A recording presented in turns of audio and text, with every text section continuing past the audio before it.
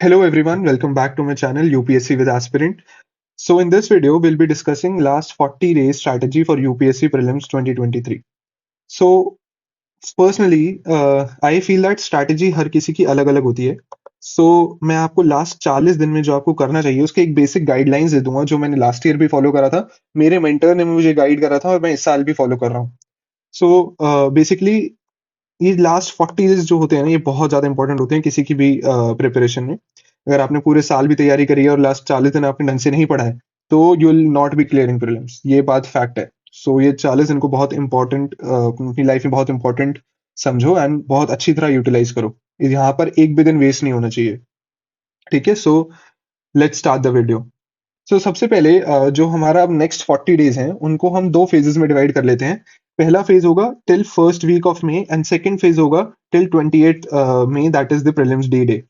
तो हमें क्या करना है, जैसे कि लेट्स से 40 डेज हैं तो 20 से 25 डेज का हमें पहले वाला स्लॉट बनाना है, दैट इज फर्स्ट फेज. ये है फर्स्ट वीक ऑफ मई तक. अब फर्स्ट वीक ऑफ मई मैंने एक थोड़ी ब्रॉड डेट दे दी है ताकि किसी का फोर्थ को फर्स्ट फेज खत्म हो जाए तो वो भी कर सकता है, किसी का सिक्स हो जाए तो भी करेगा. मतलब आई मीन एक दो दिनों से ऊपर नीचे कुछ फर्क नहीं पड़ता है आपकी प्रिपरेशन में, बट अच्छी होनी चाहिए. कंसोलिडेट करना है अब आपको ये लास्ट 40 दिन में. ठीक है. तो फर्स्ट वीक ऑफ मई तक फर्स्ट फेज हो जाएगा, सेकंड फेज हो जाएगा जो फर्स्ट वीक ऑफ मई से लेके हमारे प्रीलिम्स तक. सबसे पहले फर्स्ट फेज को देखते हैं कि फर्स्ट फेज के अंदर हमें क्या क्या करना है.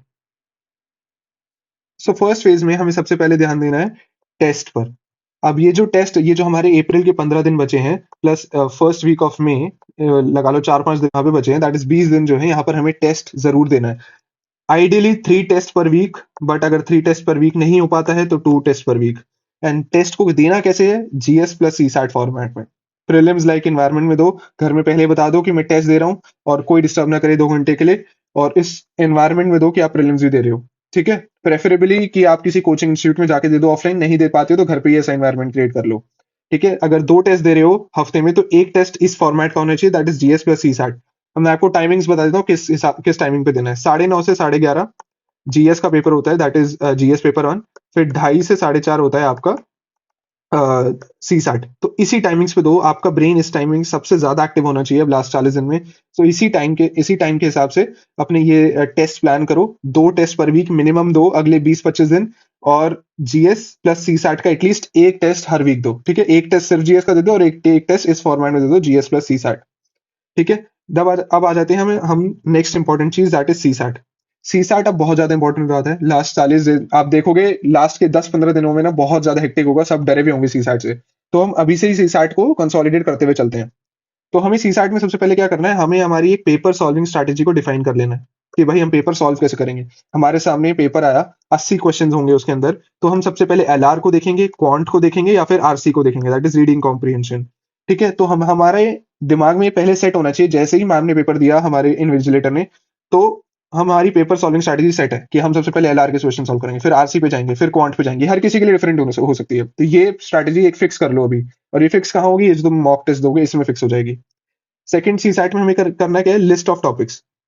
सी सी सैट कोई भी 100% करके नहीं जाता, ना मैं करके गया था और ना मैं इस बार करके जाऊंगा. क्वांट में I have selected few topics, LR में I have selected few topics. तो उस हिसाब से हमें एलआर और क्वांट को खेलना होता है, एंड कुछ इंपॉर्टेंट टॉपिक्स को करके जाना होता है जिससे कि हम जो क्वालिफाइंग मार्क है दैट इज 66.66 उसको क्रॉस कर लें. ठीक है. तो वो लिस्ट ऑफ टॉपिक्स बना लो एक कि ये टॉपिक्स मुझे आते हैं. जैसे ही तुमने वो क्वेश्चन देखा उस पे लग जाओ, और जो तुम्हारे टॉपिक से बाहर से आया उसको छोड़ दो.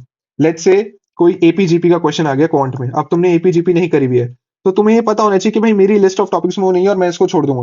बट लेट्स से प्रोबेबिलिटी का क्वेश्चन आ गया और तुम्हें पता है प्रोबेबिलिटी का क्वेश्चन इजी है वो, तो प्रोबेबिलिटी का क्वेश्चन तुम्हारी लिस्ट ऑफ टॉपिक से आया तो डायरेक्ट उसी को करने लगो. बिकॉज 80 क्वेश्चन जो होंगे ना सीसैट में, ट्रस्ट में इतना कम टाइम होता है सीसैट में कि तुम सारे 80 के 80 देख भी नहीं पाते हैं लोग. ठीक है. तो हमें मैक्सिमम से मैक्सिमम क्वेश्चन सॉल्व करने हैं और वो उसी से हो पाएंगे जब हमारे पास लिस्ट ऑफ टॉपिक्स क्लियर होगी कि हमें ये टॉपिक करना है, ये टॉपिक के क्वेश्चन छोड़ना है. ठीक है. और अब सी सैट को प्रैक्टिस कैसे करना है, पीवाईक्यू प्रैक्टिस करनी है. कैसे पीवाईक्यू प्रैक्टिस करनी है मैं बता देता हूँ. 2019, 20, 21 और 22 इन 4 साल के यूपीएससी के सी सैट के पेपर निकालो और अपने इस फॉर्मेट में दो, that is GS and CSAT. GS तुम की कोई भी कोचिंग का दे दो, सी सैट जब दो तो वो यूपीएससी के पीवाईक्यूज होने चाहिए लास्ट 4 साल के. तो इस तरीके से तुम्हारा सी सैट कंसोलिडेट हो जाएगा. I make a dedicated video on CSAT कि भाई लास्ट 40 दिनों में कैसे करना है, और उसमें मैं आप लोगों के लिए एक सरप्राइज भी दूंगा कि फ्री पीवाईक्यूज कि वीडियोस कहाँ से मिलेंगे आपको, ठीक है? तो just wait for that video, मैं इसी वीक में वो वीडियो भी लॉन्च कर दूंगा, एक dedicated video on CSAT. Now coming to the fourth important point of phase one, that is, अब लोग कंफ्यूज क्या होंगे कि हम रिवीजन कब करें, हम कुछ टॉपिक्स हमारे रह गए हैं वो क्या करें। तो सबसे पहले आप क्या करना है कि इस फेज में ना हमें रिवीजन करनी नहीं है। मैंने बोला टेस्ट पे फोकस करना है, फर्स्ट फेज में टेस्ट पे फोकस करो, बिकॉज एंड में मई में हमें टेस्ट का टाइम नहीं मिलेगा, हम दबा के रिवीजन करेंगे वहां पे, ठीक है? तो सबसे पहले polity, economy, modern India history, geography, ये जो चार इंपॉर्टेंट पिलर्स है ना, इनको बहुत ज्यादा रिवाइज मत करो अभी, ठीक है? इनके सिर्फ इंपॉर्टेंट टॉपिक्स की लिस्ट बनाओ। लेट्स से इकोनॉमी है, अब तुम्हें इकोनॉमी में पता है कि भाई मैं बैंकिंग वाला चैप्टर भूल रहा हूँ बार बार, ठीक है? बैंकिंग वाला चैप्टर भूल रहा हूँ, फिजिकल डेफिसिट, रेवेन्यू डेफिसिट भूल रहा हूँ, भाई क्या होता है ये, जीएसटी भूल रहा हूँ। ऐसे टॉपिक्स की लिस्ट बना ली, ऐसे टॉपिक्स की लिस्ट बना ली और सिर्फ उन टॉपिक्स को रिवाइज कर लिया 2 दिन में, ठीक है? बस 2 दिन में 2-2 3-3 घंटा दे दिया और इकोनॉमी को रिवाइज कर लिया, ताकि इकोनॉमी एकदम भूले भी ना और थोड़ी थोड़ी रिवाइज भी होते रहे। बट हमें फोकस अभी रिवीजन पे नहीं करना है, हमें फोकस टेस्ट पे करना है। बस ये थोड़ा थोड़ा देखते रहे ताकि हमारा कॉन्फिडेंस लूज ना हो इन 4 सब्जेक्ट्स पे, ठीक है? तो अभी इन पे रिवीजन पे ज्यादा मत फोकस करो, सिर्फ इंपॉर्टेंट टॉपिक्स जो तुम्हें लगता है कि तुम 2-4 टॉपिक भूल रहे हो हर सब्जेक्ट में से, सिर्फ उन टॉपिक्स को रिवाइज कर लो, दैट्स इट, ठीक है? अब एक प्रॉब्लम और हो रही होगी इस फेज में, दैट इज लिस्ट, कि हमारे ना कुछ टॉपिक्स लेफ्ट ओवर रह जाते हैं, ठीक है? जब हम first phase of revision complete कर लेते हैं, जैसे कुछ टॉपिक्स होंगे जो खाली रह गए होंगे, मतलब लेट्स से ज्योग्राफी में रिवर्स होंगी, नेशनल पार्क्स होंगे, आईआर की मैपिंग होगी, तो वो रह गए होंगे। सबके रह जाते हैं, मेरे भी रहे हैं और बहुत लोगों के रहे हैं, जो टॉपर्स होंगे उसके भी रहे होंगे। तो अब हमें क्या करना है, हमें इन सब की लिस्ट बना लेनी है। अभी ये वीडियो सुनते ही लिस्ट बना लेना। मान लो 10 टॉपिक्स हैं, 10 टॉपिक ऐसे बन गए अलग अलग सब्जेक्ट के, उन 10 के 10 टॉपिक्स को इन 20 दिनों में खत्म कर दो। ये एक बहुत बड़ा ना मेंटल पेन होता है कि भाई ये 10 टॉपिक्स कैसे होंगे और ये आगे जाके प्रॉब्लम करता है।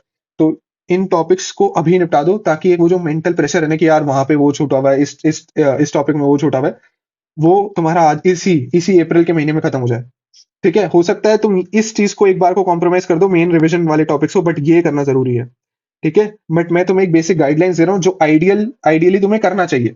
बट ठीक है, अगर तुम्हारे पास अभी भी टाइम कम पड़ रहा है तो तुम इस वाले को पीछे रख सकते हो, बट इसको पहले कर सकते हो। जो लिस्ट ऑफ टॉपिक्स तुम्हारे रह गए हैं उनको करो और निपटा दो, ताकि आगे जाके प्रॉब्लम ना हो। ट्रस्ट में, ये टॉपिक ये वाला पार्ट तुम्हें बहुत हेल्प करेगा आगे जाके, ठीक है? तो लिस्ट ऑफ टॉपिक्स को पकड़ो और खत्म कर दो, ठीक है? वो हर किसी के लिए अलग होंगे, किसी का आर्ट एंड कल्चर में कुछ रह गया होगा, किसी का पॉलिटी में रह गया होगा, किसी का इकोनॉमी में रह गया होगा, वो अपने हिसाब से बनाओ अभी ये वीडियो देख के और उनको खत्म कर दो, ठीक है? अब सिक्स मोस्ट इंपॉर्टेंट चीज जो आपको कर देनी है, दैट इज करंट अफेयर्स, इस महीने में खत्म कर दो। अप्रैल में या फिर max to max first week of April में, मई में, ये जो हमारा फर्स्ट फेज है इसमें खत्म कर दो करंट अफेयर्स। एंड के लिए मत छोड़ना, ये भी बहुत बड़ा हेक्टिक सरदर्द बन जाता है सी सैट की तरह, ठीक है? तो सी सैट और करंट अफेयर्स ये बहुत परेशान करते हैं एंड में, मुझे भी करा है, सबको करते हैं, तो इसलिए अभी खत्म कर दो इनको, ठीक है? पीटीज बची हैं, पीटी अपडेटेड भी आ गई हैं, अपडेटेड वाली पीटी भी आ गई हैं, उन अपडेटेड पीटी को भी खत्म करो। मंथली पढ़ रहे हो, मंथली का 2-2 3-3 बार रिवाइज करके इस महीने में खत्म कर दो करंट अफेयर्स को। एंड में जाके हम रिवीजन करेंगे इसके, एक ऊपर ऊपर से रिवीजन करेंगे, ठीक है? तो ये कुछ इंपॉर्टेंट पॉइंट्स थे जो हमें फेज वन में करने हैं, ठीक है? ये हमारा फेज वन खत्म हो जाएगा फर्स्ट वीक ऑफ मई में, फर्स्ट वीक ऑफ मई में हमारा फेज वन खत्म हो गया। अब फिर एंड के जो 20 दिन बचे, अब उसके लिए फेज टू है। अब उस फेज टू में हमें क्या करना है वो मैं बताता हूँ, चलो। अब शुरू हो जाता है हमारा फेज टू, जो कि मई में होगा, लास्ट के 20 दिन, लेट्स से 7 मई से लेके 28 मई तक, ठीक है? तो ये होगा हमारा आखिरी phase, phase two of UPSC prelims preparation. इसमें हमें करनी है सॉलिड वाली रिवीजन, ठीक है? तो जबरदस्त रिवीजन करनी है, 10-10 12-12 घंटे पर दिन रिवीजन करनी है, और कुछ भी नया नहीं पढ़ना है, कुछ भी नया नहीं पढ़ना है, ये बात याद रखना।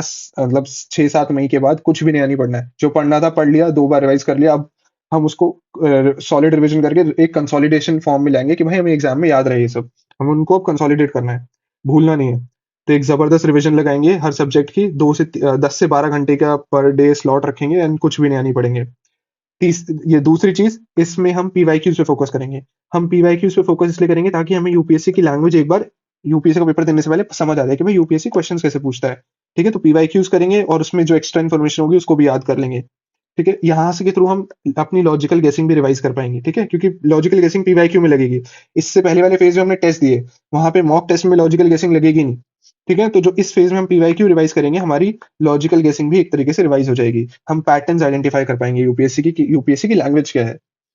देन थर्ड इंपॉर्टेंट चीज जो हम इसमें करेंगे, दैट इज टेस्ट हम कम देंगे, ठीक है? ये जो 20 दिन है, इसमें आप सिर्फ 3 टेस्ट दो, वो भी इसलिए दो कि भाई आपको पता रहे कि हाँ एक टेस्ट लाइक एनवायरनमेंट में आप रहो, आप डिटैच ना हो रहो टेस्ट वाले एनवायरनमेंट से, ठीक है। तो हम टेस्ट कम देंगे एंड पीवाईक्यूज और रिवीजन सॉलिड करेंगे, ठीक है। अब रिवीजन कैसे करनी है अभी मैं बताता हूँ। रिवीजन शेड्यूल मैं कैसे कर रहा हूँ ये मैं अपना बता रहा हूँ, जिसको जैसा ठीक लगता है उस हिसाब से कर ले, ठीक है। तो हर सब्जेक्ट को आप 3-3 दिन दो, polity, economy, geography and modern history.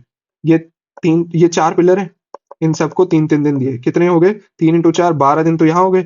12 दिन के बाद अगर आप छोटे मोटे सब्जेक्ट्स हैं जैसे साइंस एंड टेक को 1 दिन, आर्ट एंड कल्चर को 1 दिन, एंशिएंट को 1 दिन, इन्वायरमेंट को लेट से 2 दिन, आईआर को 1 दिन, तो कितने हो गए? 6 दिन हो गए।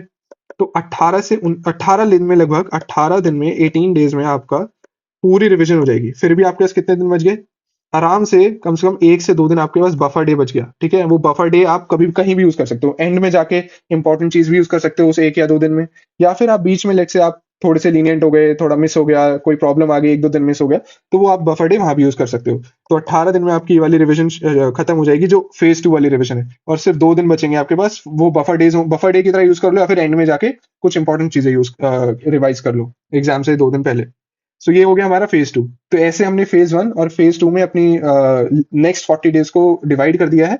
एंड इसी तरह आई रिक्वेस्ट इसी तरह सब लोग डिवाइड करें। ये बहुत टेस्टेड तरीका है, बहुत लोगों ने इसको पहले आजमाया है, एंड मैंने भी लास्ट ईयर इसको करा था, इस बार भी मैं यही कर रहा हूँ। सो ये 2 फेजेस में डिवाइड करो अपनी प्रिपरेशन को। Now let's move forward. So अब हमने फेज में तो डिवाइड कर दिया, हमारी पढ़ाई वाला काम हो गया। अब आ जाते हैं हम अपने कॉन्फिडेंस वाले काम पे, ठीक है। आप पढ़ाई कितनी भी कर लो, अगर आपके पास कॉन्फिडेंस नहीं होगा ना प्रीलिम्स क्लियर करने का, तो आप नहीं कर सकते। दुनिया में कोई ऐसी पावर नहीं जो आपको प्रीलिम्स क्लियर करवा दे विदाउट कॉन्फिडेंस, और सिर्फ पढ़ाई के बेसिस पे। पढ़ाई के बेसिस पे कोई प्रीलिम्स क्लियर नहीं करता। कॉन्फिडेंस होना बहुत जरूरी है कि भाई मैं प्रीलिम्स क्लियर कर रहा हूँ। सो अपने आप को रोज सुबह उठ के बोलो, आई will clear prelims UPSC prelims 2023। I will clear. अपने आप को ये एहसास दिलाओ कि नहीं, मैं कर रहा हूँ, क्लियर कर रहा हूँ, मैं मेहनत कर रहा हूँ, तो आई विल क्लियर यूपीएससी प्रीलिम्स 2023, ठीक है। और अभी कमेंट सेक्शन में लिखो, अभी कमेंट सेक्शन में टाइप करो ये चीज, that yes I will clear UPSC prelims. ये आपको एक पॉजिटिव एजर्शन देगा, ठीक है। ये पॉजिटिव एजर्शन बहुत ज्यादा जरूरी है इस लास्ट फेज में, बिकॉज बहुत ज्यादा प्रेशर बढ़ने वाला है, बहुत ज्यादा स्ट्रेस बढ़ने वाला है। तो अगर आप अपने आप को ये चीज रोज सुबह नहीं बोलोगे, रोज लिखोगे नहीं कि that I will clear UPSC prelims 2023, तो नहीं होगा, बहुत टफ हो जाएगा, बहुत मेंटल टोल आ जाएगा। तो अभी लिखो इस चीज को कमेंट्स में, that yes I will clear UPSC prelims. जो भी ये वीडियो देख रहा है लिखो आई विल क्लियर यूपीएससी प्रीलिम्स, और अपने आप को रोज बोलो। लिखने की बात नहीं है, अपने आप को रोज बोलो that yes I will clear UPSC prelims, ठीक है। So that's all from my side. This was the strategy जो मैं फॉलो कर रहा हूँ, and this is all I wanted to share. I will meet you guys in next video. Thank you so much.